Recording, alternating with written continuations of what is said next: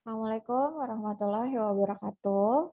Selamat pagi atau siang ataupun malam untuk adik-adik semua yang mengikuti program bimbingan nasional dari Asosiasi Fakultas Kedokteran Gigi Indonesia atau AFDOGI. Pada saat ini izin memperkenalkan diri, saya dengan Atia Nurul Sidika.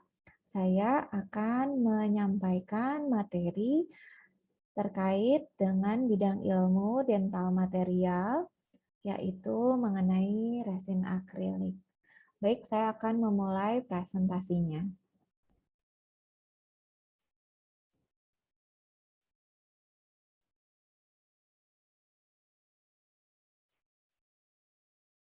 Ya, resin akrilik merupakan salah satu bahan yang digunakan pada penata laksanaan di kedokteran gigi. Resin akrilik itu sendiri dapat digunakan pada kasus rehabilitasi medik ataupun juga pada kasus preventif di bidang ilmu ortodonsia. Sebagai syarat dari landasan gigi tiruan, resin akrilik memiliki beberapa syarat yang harus dipenuhi. Yang pertama, yaitu resin akrilik harus mampu menerima beban kunyah ataupun kemampuan fungsi pengunyahan. Selain itu, resin akrilik harus mudah proses pengerjaannya maupun proses manipulasinya. Yang ketiga, resin akrilik tidak boleh beracun ataupun menimbulkan debu pada saat manipulasi. Walaupun kita ketahui resin akrilik memiliki efek toksik dan dapat menimbulkan debu pada saat manipulasi, namun dengan tindakan preventif ataupun proteksi dari operator, hal ini dapat dihindari dan dapat direduksi sehingga tidak menyebabkan terjadinya efek toksik. Yang keempat, resin akrilik pun tidak berubah warna akibat adanya cairan ataupun perubahan suhu di rongga mulut pasien pada saat menggunakan gigi tiruan. Selain itu, resin akrilik tidak boleh berubah secara bentuk ataupun dimensinya, baik disebabkan oleh suhu maupun disebabkan oleh fungsi. Yang ketujuh, wajib memiliki warna yang sama dengan jaringan yang digantikan. Artinya pada saat berfungsi sebagai gigi, resin akrilik harus memiliki warna yang serupa dengan jaringan gigi. Sedangkan pada saat resin akrilik berfungsi sebagai landasan gigi tiruan, harus memiliki warna yang sama dengan warna mukosa pada jaringan palatum ataupun gingiva. Kemudian resin akrilik harus bersifat radio opak dan biokompatibel, kemudian tidak menghantarkan suhu dan tidak menekan jaringan sekitarnya. Fungsi dari landasan gigi tiruan itu yang pertama adalah untuk mendukung ataupun juga untuk melekatkan gigi tiruan pada mukosa rongga mulut. Selain itu, menyalurkan beban pengunyahan sehingga gigi tiruan dapat bersifat stabil dan fungsi pengunyahan dapat kembali diperoleh oleh pasien itu sendiri. Dan yang paling penting, yang terakhir adalah meningkatkan estetik sehingga dapat meningkatkan kualitas hidup dari pasien yang mengalami keluhan kehilangan gigi. Resin akrilik berdasarkan teknik polimerisasinya terdiri dari dua jenis. Yang pertama adalah heat curing polymethyl metaakrilat atau resin akrilik yang diaktifasi oleh panas. Sedangkan yang kedua yaitu self-curing polymethyl metaakrilat atau resin akrilik yang mengalami setting atau dapat mengeras akibat adanya polimerisasi kimia.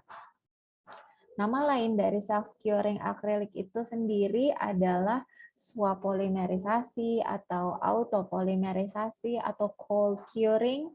Itu merupakan penamaan yang sama dari self-curing akrilik. Keunggulan dan kerugiannya itu, yang pertama, keunggulan dari polimetil mata akrilat sebagai resin akrilik yang digunakan di rongga mulut adalah warnanya serupa. Jadi resin akrilik ini dapat ditambahkan pigmen warna yang nantinya akan menghasilkan estetik yang baik pada saat menjadi landasan gigi tiruan ataupun alat orto yang digunakan pada pasien. Kemudian keunggulan yang kedua adalah resin akrilik ini mudah dimanipulasi. Proses manipulasinya mudah dan jika resin akrilik ini mengalami kerusakan pun mudah untuk diperbaiki atau direhabilitasi. Yang ketiga, resin akrilik ini mudah untuk dipoles. Seperti kita ketahui, gigi tiruan sebagian atau gigi tiruan lengkap harus memiliki permukaan yang halus agar tidak menjadi tempat akumulasi debris makanan ataupun juga akumulasi bakteri, sehingga wajib mampu untuk dipoles dengan baik. Selain itu, sifat resin akrilik ini ringan sehingga nyaman pada saat pasien menggunakan. Tidak merasa berat sehingga pasien terbebani oleh gigi tiruan yang dia gunakan. Dan yang paling penting, harganya ekonomis jika dibandingkan dengan jenis alat rehabilitasi lainnya. Resin akrilik ini memiliki biaya yang cukup murah atau cukup terjangkau. Namun, kerugian dari resin akrilik atau polimetil metaakrilat ini, yang pertama secara sifat mekanis cukup memadai, jadi tidak begitu maksimal, tapi cukup mumpuni sebagai landasan pada gigi tiruan. Kerugian yang kedua adalah mudah tergores, terutama pada pasien yang memiliki kebiasaan untuk membersihkan gigi tiruan dengan menggunakan sikat gigi dengan cara menekan. Resin akrilik ini akan mudah tergores sehingga keunggulannya yang tadi di awal sudah kita bahas, dia mudah dipoles, akan menjadi terkikis akibat gerakan mekanis dari pembersihan gigi tiruan. Tidak menghantarkan panas juga, ini pun untuk beberapa kasus menjadi sebuah kerugian, dapat menimbulkan respon alergi, terutama untuk pasien-pasien yang memiliki respon alergi yang tinggi, memiliki sifat crazing dan bleaching, artinya pada saat landasan gigi tiruan ini kita gabungkan dengan bahan porselen yang memiliki titik leleh yang berbeda akan menimbulkan sifat crazing, artinya resin akrilik ini akan timbul seperti retakan-retakan akibat ketidakseimbangan antara titik leleh gigi tiruan yang berasal dari porselen dan juga landasan yang merupakan resin akrilik. Kemudian memiliki sifat bleaching, yaitu perubahan warna pada saat gigi tiruan ini direndam pada bahan disinfeksi. Nah, akan menimbulkan perubahan warna. Dan yang keenam, ini dapat menjadi tempat kolonisasi bakteri dan fungi jika pasien itu sendiri tidak dapat menjaga oral hygiene ataupun kebersihan dari gigi tiruannya. Oleh karena itu, edukasi yang tepat perlu dilakukan oleh seorang dokter gigi.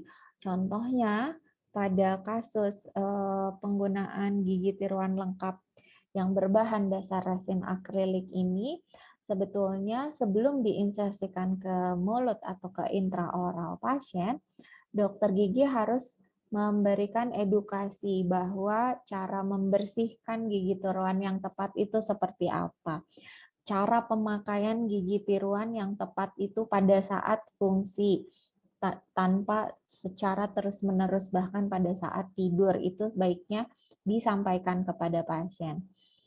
Dan yang lebih penting lagi, sebelum diinsersikan, resin akrilik itu perlu atau harus direndam selama kurang lebih 17 jam di air yang cukup, tidak panas ataupun tidak dingin, dengan tujuan untuk melepaskan monomer residu yang mungkin saja terdapat pada gigi tiruan itu sendiri.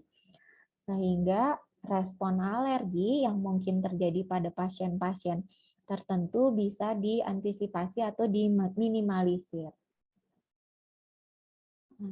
Ini merupakan prosedur pembuatan gigi tiruan lengkap, di mana dari pencetakan awal, pencetakan fisiologis, kemudian penyesuaian vertikal dimensi, dan hasil akhirnya berupa gigi tiruan lengkap akrilik.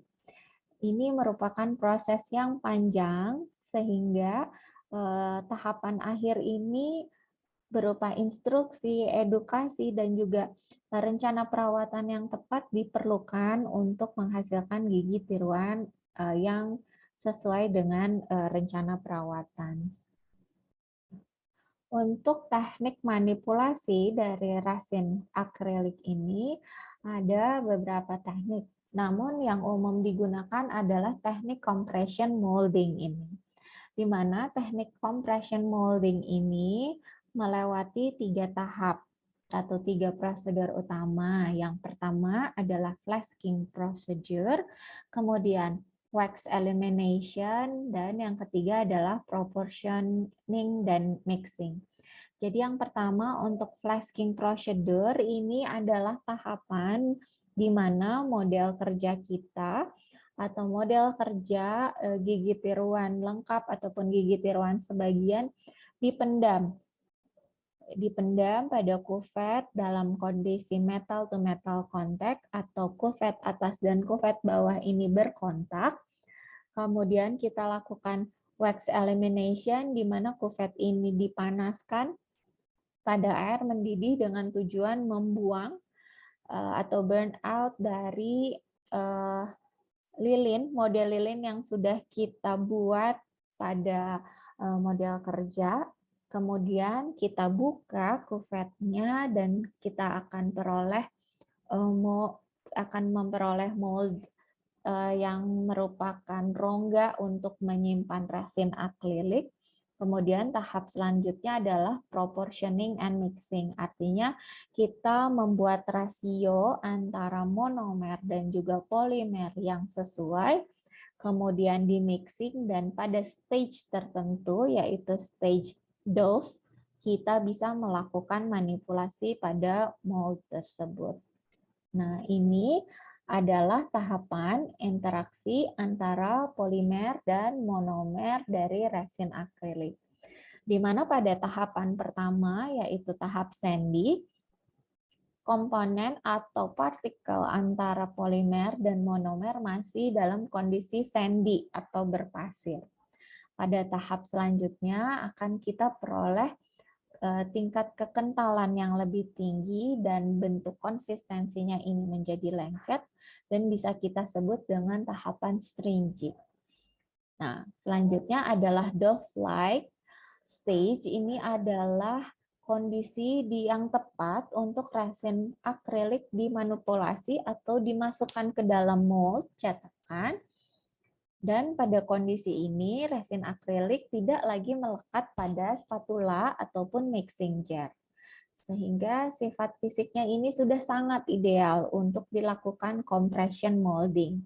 Siap masuk ke dalam cetakan, di mana waktunya itu kurang lebih diperoleh setelah 40 menit. Sedangkan pada tahap selanjutnya, yaitu rubbery atau elastic dan stiffness, monomer atau cairan dari resin akrilik ini sudah banyak yang menguap atau yang berpenetrasi pada polimer, sehingga konsistensinya menjadi sangat kering di mana pada konsistensi yang sangat kering ini, resin akrilik sudah tidak bisa lagi menerima gaya atau sudah tidak lagi mengalami perubahan bentuk dan sudah mengalami deformasi mekanis. Ini adalah kurva kondisi dari setiap tahap yang dilewati oleh resin akrilik.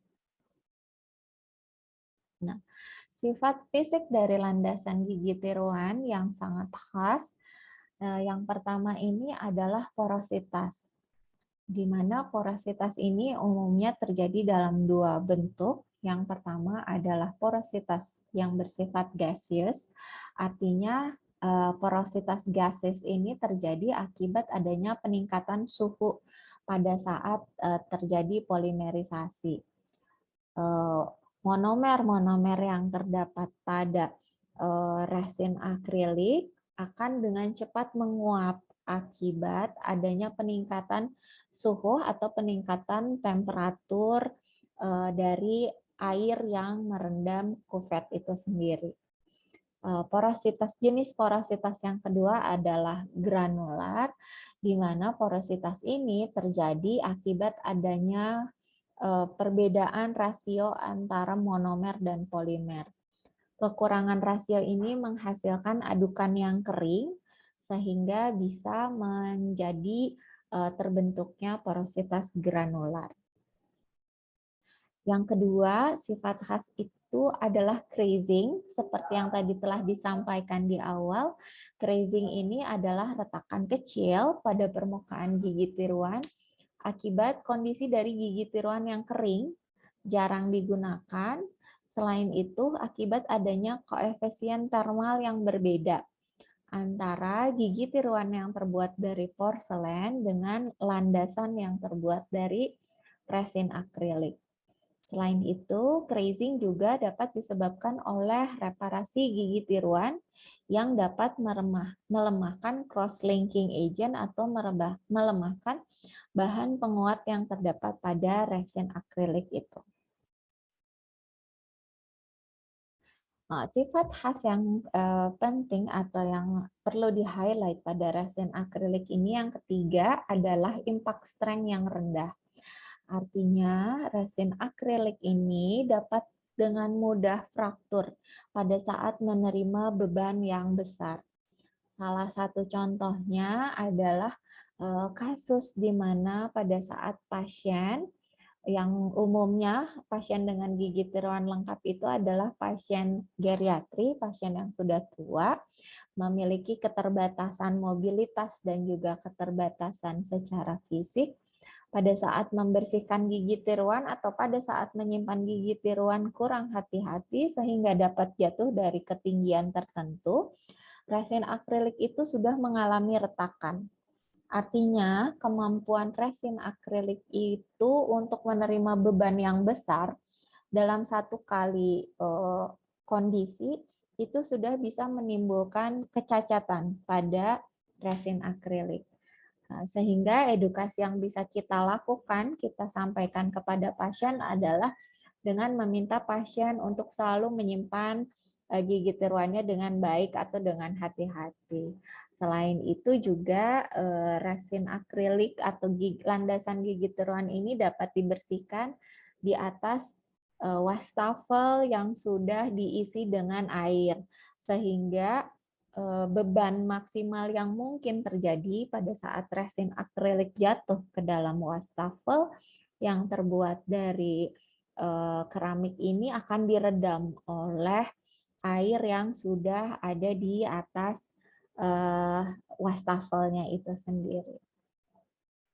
Nah, sifat khas yang keempat adalah shrinkage atau pengerutan akibat kondisi polimerisasi, di mana rasio polimer dan monomer yang umumnya sebanyak 3:1 berdasarkan volume atau 2:1 berdasarkan berat ini akan mengalami pengerutan atau shrinkage hingga 6%.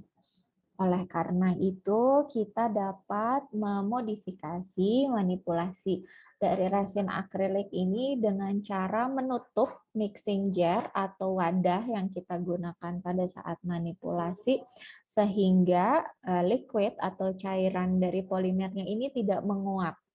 Jadi kita tutup wadah atau polimer dan monomer yang akan kita manipulasi pada wadah tertutup.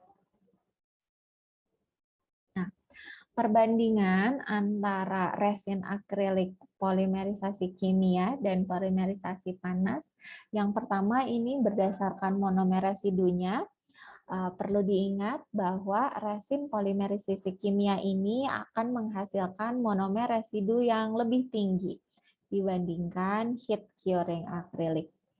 Sedangkan secara kekuatannya, polimethyl metakrilat atau resin kimia yang dipolimerisasi secara kimia ini lebih rendah daripada yang dengan polimerisasi panas.